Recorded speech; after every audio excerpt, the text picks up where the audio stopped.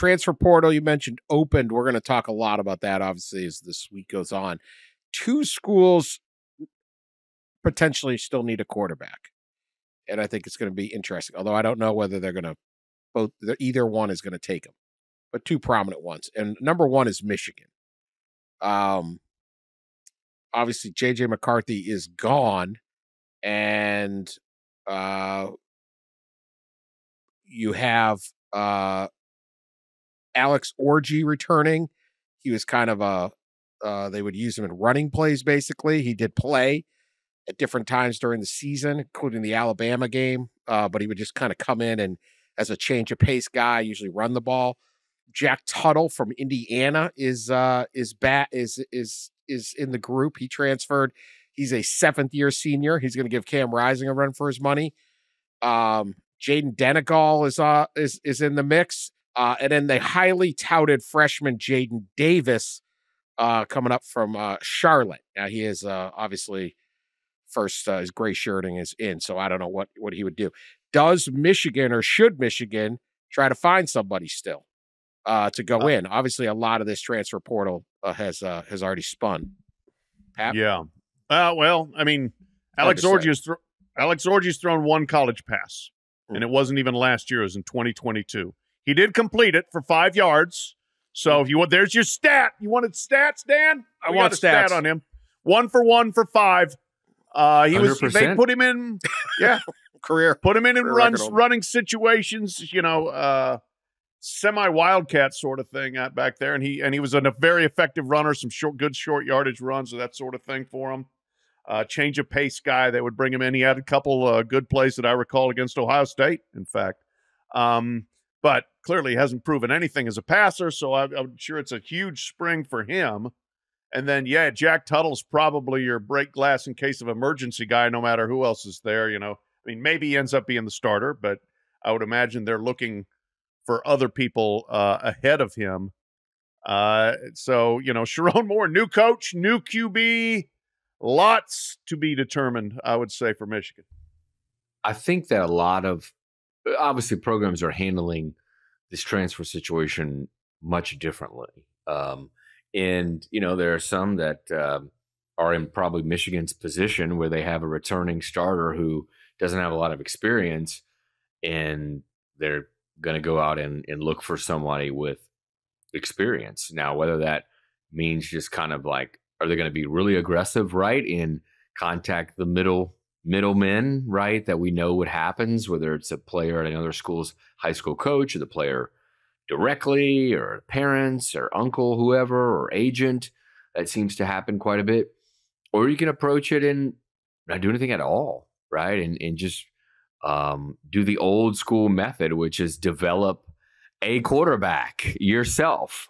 So we'll see where Michigan lands there. I'm sure it's going to be, I'm guessing the answer to that question is going to be what the quality is of a player you can get at quarterback. So the other one would be Auburn.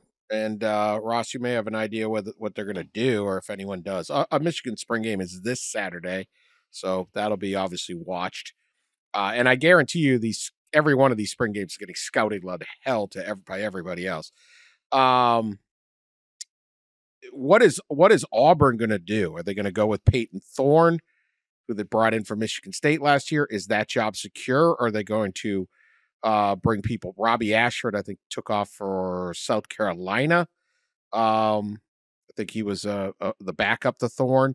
Is Thorne enough, or are they going to try to find somebody else? I know you were down there with Hugh Freeze recently talking. What do you know? Yeah. I mean, like, I think last year, right, it was pretty clear that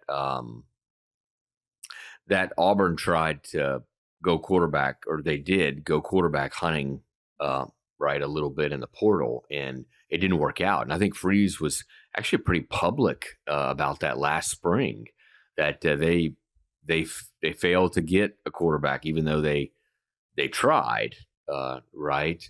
I don't know what they're going to do this year. Hugh Freeze spoke pretty confidently. They had their spring game like, the previous weekend.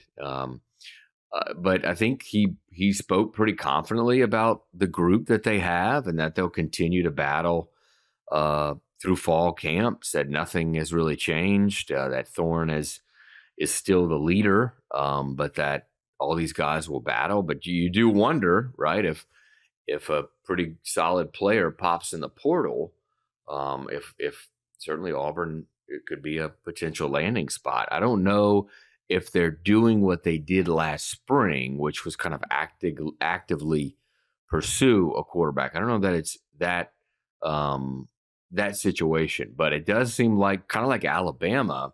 You've got a returning player that obviously has some starts under his belt, but wasn't perfect, right? And is in the middle of a competition. I would be kind of surprised if Auburn isn't at least keeping a sharp eye on the portal to see who else might be out there available. Payton Thorne was good, really good in 2021. Was pretty good on a bad team in 2022, both at Michigan State. And then last year, shared time in a bad offense and really didn't put much on the board.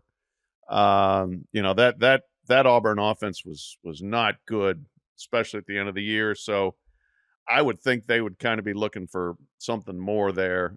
He ended the year 16 touchdowns, 10 interceptions, a 129 QB rating. His QB rating has gone down from 148 in 2021, 131 last 2022, 129 last year. They need more out of the quarterback position. So I would not be shocked if Payton Thorne has some incoming competition at some point here. New offensive coordinator Derek Nix and quarterback coach Kent Austin. That can work two ways. One, it can be, we need a new guy. You're not our guy. Or it could be like they like what they see. No, they did tweak so from what I've read, they tweaked their RPO game a bit, and they like it more now. So that might be a good thing. They did. That's what I was going to mention. When I was there, we did talk about that briefly, schematically. He hasn't said it. I don't know that he said it publicly. I don't know that he said it privately either. He certainly didn't to me, but I would expect Hugh Freeze to have a significant role in play calling and maybe just call the plays, plain and simple, this year for Auburn. He's put in new terminology. That's old terminology. So he went back to some of his high school days of coaching, I believe, and put in some of that terminology that they weren't using last year. He did talk to me a little about that and how comfortable he is now. So I don't know how that impacts the quarterback situation, but certainly, Auburn's offense will look like probably more of the versions that we saw of Hugh Freeze when he really had his hands on the offense at places like Ole Miss and, of course, last stop at Liberty.